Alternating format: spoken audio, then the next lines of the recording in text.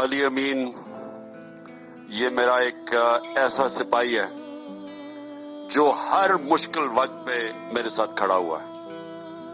मैं जब मुझे भूलता नहीं है कि जब इन्होंने हमें पहली दफा शेलिंग की, जब हम धरने पे थे 2014 में, तो सारी रात तब भी शेलिंग हुई। तो सुबह को जब मैं वो कंटेनर के ऊपर चढ़ा तो पहली रोशनी थी। तो उस वक्त मुझे याद है कि हमारे अब 3 लाशें उठाई, मेरे सामने लाशें उठाई थी जो कि रात उस शेलिंग के अंदर लोग शहीद हो चुके थे। लेकिन जो मैंने चंद लोग कंटेनर के इर्द गिर्द खड़े देखे, उनमें से एक अली अमीन था। और वो मैं ये भूल नहीं इसलिए सकता कि ये वो मुश्किल वक्त के लोग, जब सबसे ज्यादा प्रेशर था तो वो खड़ा था साथ, और उन्होंने उसको उठाया इसलिए अली अमीन को उठाया है कि उनको पता था कि ये मेरा एक वो सिपाही है जो हर वक्त मुझे पता ये मेरे साथ खड़ा होगा, और इसीलिए उसको ये चक्कर दे रहे हैं। एक मुझे भी पैगाम दे रहे हैं और मेरी पार्टी के लोगों को भी पैगाम दे रहे हैं कि शायद हम इसके लिए हम शायद हौसला हार जाएं या हम पीछे हट जाएं। मैं इन बेवकूफ अहमकों को बताना चाहता हूं कि आप तो हमारी पार्टी में और ज्यादा हमारा जज्बा बढ़ता जा रहा है। हम तो और जिस तरह की आप हरकतें कर रहे हैं, हम तो और पुरअज़्म है कि हमने जब तक ऐसे जुल्म का मुकाबला नहीं किया, तो इससे तो बेहतर है हम इसकी गुलामी करने से पहले तो मौत हमें आ जाए। मैं तो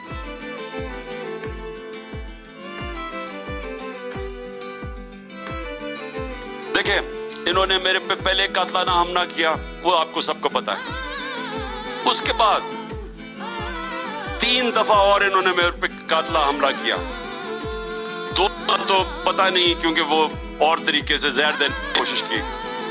एक दफा जो इन्होंने मुझे खास तौर पे प्लान किया था जुडिशल कॉम्प्लेक्स में इस्लामाबाद में, इन्होंने इतनी तैयारी करके भेजा था। वहां सारे जुडिशल कॉम्प्लेक्स में नामालूम अफराद पहुंच गए।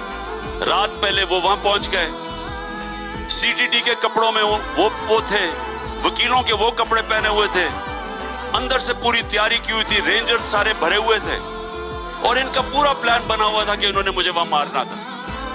और उसके बाद एक और, अगर मैं वहां से निकलता, ऊपर इन्होंने 2 बंदूक वालों को बिठाया था, उन्होंने मुझे मारना था। और फिर तीसरा प्लान था कि अगर उधर से भी निकल जाऊं तो इन्होंने एक एक्सप्लोजन करनी थी। अल्लाह बचाने वाला है, जिंदगी मौत उसके हाथ में है। इन्होंने पूरी अपनी तरफ से प्लान किया हुआ था। और शर्म की बात यह है कि ये वो लोग हैं जो इस मुल्क के मुहाफिज हैं, और ये मुझे कत्ल करने की कोशिश कर रहे हैं सिर्फ अपने जाती मफादात के लिए। ये मुल्क के लिए नहीं कुछ कर रहे हैं।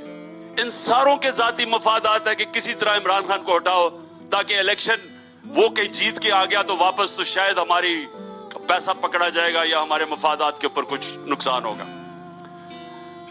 मैं आप सारी कौम को आज बताना चाहता हूं कि अगर मुझे ना इसकी फिक्र, हाँ एहतियात कर रहा हूं, लेकिन मारने की तो मुझे कोशिश कर रहे हैं। अगर मुझे फिक्र नहीं है, मैं एहतियात करना तो हमारा नबी का कौल है कि अपनी एहतियात करो, लेकिन मैं ये आपको कह दूं कि जब तक मैं जिंदा हूं, मैं इन जालिमों का मुकाबला करूंगा।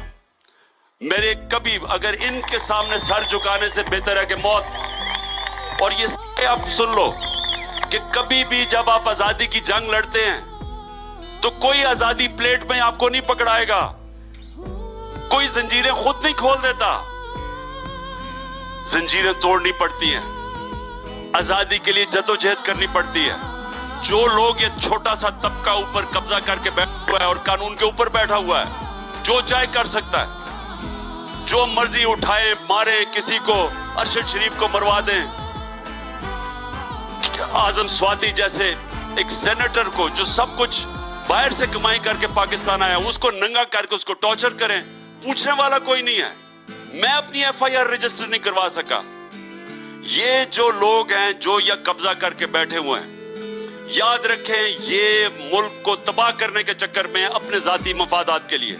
सो सारी कौम समझ जाए कि ये जब भी मैंने जिंदगी में कोई काम किया ना, मैं आपको ये भी कह दूं, मैं जब फैसला कर लेता हूं, और मैं ये चाहता हूं नौजवानों आप भी ये समझ जाएं कामयाबी का एक राज है, जब एक फैसला हो जाता है फिर अपने से वादा करें कि या मैं कामयाब होऊंगा या मैं मर जाऊंगा, लेकिन मैंने हार नहीं माननी।